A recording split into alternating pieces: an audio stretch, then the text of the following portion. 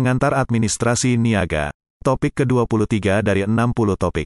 Pengelolaan keuangan perusahaan. Bagian kedua. Kebutuhan dana operasional.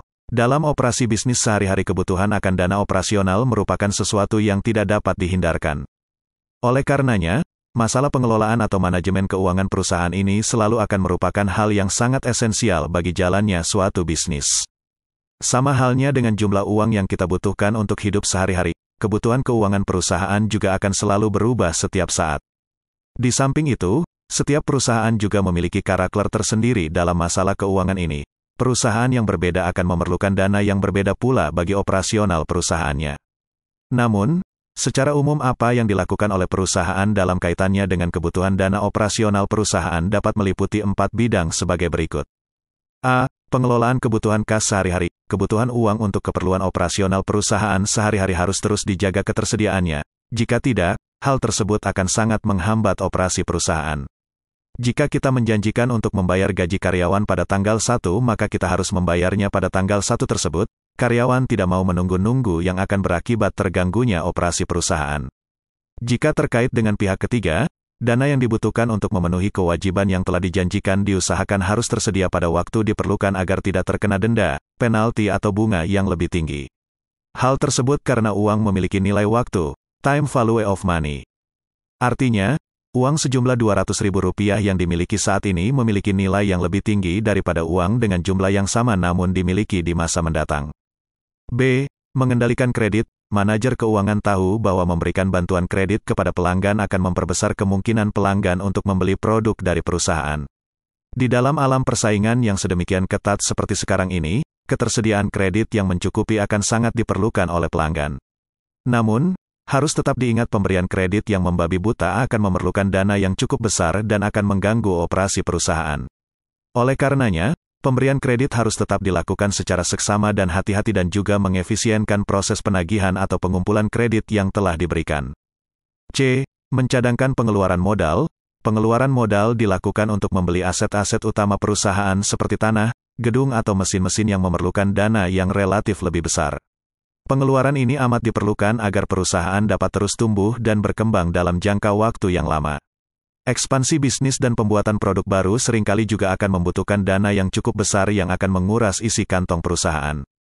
Oleh karenanya, pengeluaran yang memerlukan dana yang cukup besar ini perlu dicadangkan atau direncanakan terlebih dahulu, karena tidaklah mudah mencari dana dalam jumlah besar dalam waktu yang singkat.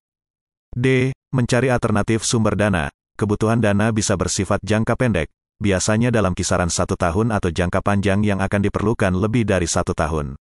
Pemenuhan kebutuhan dana ini tidak harus berasal dari dalam perusahaan sendiri, namun bisa juga dari sumber dana yang lain misalnya dengan cara mencari pinjaman, menjual saham, menahan laba yang dibagikan dan lain sebagainya.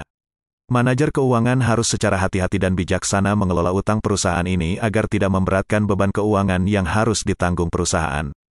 Ingat bahwa jika kita berutang, ada biayanya yang berupa bunga, interest, yang harus kita bayarkan. Pendanaan jangka pendek. Secara umum, bagi suatu usaha kecil menengah, persoalan keuangan utama yang dihadapi adalah bagaimana mengelola arus kas sehari-hari dengan baik. Dalam operasi perusahaan sehari-hari yang dibutuhkan adalah manajemen keuangan jangka pendek, di mana lama perputaran uang yang dilakukan berkisar kurang dari 1 tahun.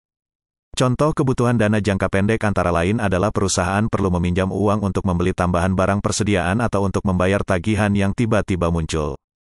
Terkadang juga perusahaan memerlukan uang dari pendanaan jangka pendek untuk menambah jumlah persediaan uang kas yang diperlukan untuk operasional perusahaan sehari-hari.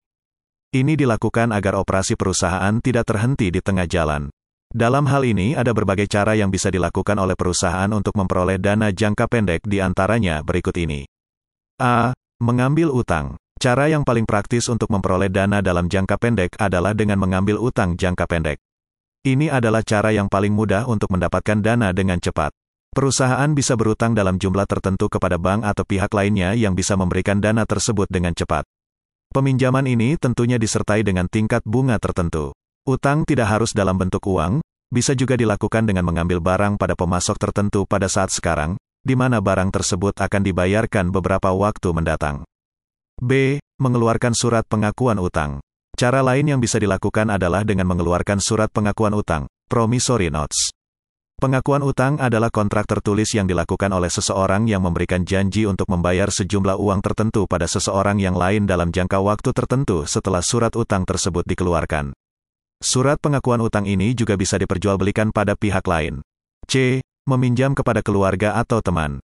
Jika meminjam uang ke pihak lain dirasa terlalu birokratis atau bertele-tele, dana yang dibutuhkan bisa juga didapatkan dengan melakukan pinjaman terhadap keluarga atau teman yang dipercaya. Biasanya dalam bisnis keluarga hal seperti ini biasa dilakukan. Hal tersebut karena telah adanya kepercayaan yang telah terbangun sebelumnya, maka proses peminjaman dapat dilakukan dengan cepat dan mudah. Ini sesuai dengan karakteristik kebutuhan dana jangka pendek yang biasanya harus dilakukan dengan cepat.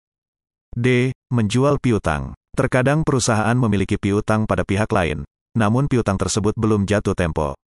Surat piutang tersebut bisa dijual kepada pihak lain untuk mendapatkan dana segar dengan segera. Pihak lain akan membeli surat piutang tersebut dengan harga yang lebih rendah dari nominal dana yang tertera dalam surat piutang tersebut. Pendanaan jangka panjang. Dalam melakukan usahanya, perusahaan selalu akan melakukan rencana bisnis, termasuk di dalamnya adalah rencana keuangan untuk mendanai bisnis tersebut. Dalam rencana tersebut, ditunjukkan berapa jumlah dana yang diperlukan dalam jangka waktu tertentu dan bagaimana mendapatkan dana tersebut. Dana ini biasanya diperlukan untuk keperluan investasi atau perluasan unit usaha yang ada. Penggunaan dana ini harus sesuai dengan tujuan dari didirikannya perusahaan tersebut. Beberapa cara yang bisa dilakukan untuk pendanaan jangka panjang ini, antara lain, A. Mengambil utang. Perusahaan dapat mengambil utang kepada bank atau lembaga keuangan lainnya untuk mendanai rencana bisnisnya dengan masa pengembalian utang antara 3-7 tahun, namun dalam kasus tertentu bisa sampai 15 hingga 20 tahun. Dalam hal ini, perusahaan melakukan perjanjian utang piutang kepada lembaga keuangan dalam jangka panjang. B. Mengeluarkan obligasi. Di samping itu, untuk memperoleh dana, perusahaan juga bisa mengeluarkan obligasi, bonds, yang dijual pada pihak-pihak tertentu dengan memberikan suku bunga tertentu. Obligasi ini pada dasarnya adalah semacam surat pengakuan utang perusahaan kepada pihak lain. Cuma para pihak yang terlibat lebih terbuka, tidak hanya orang dalam atau orang yang dekat dengan perusahaan saja. C. Mengeluarkan saham. Cara lain adalah dengan menerbitkan saham perusahaan. Nilai perusahaan bisa dibagi-bagi dalam bentuk saham tertentu. Menjual saham bisa berarti juga menjual sebagian kepemilikan perusahaan kepada pihak lain.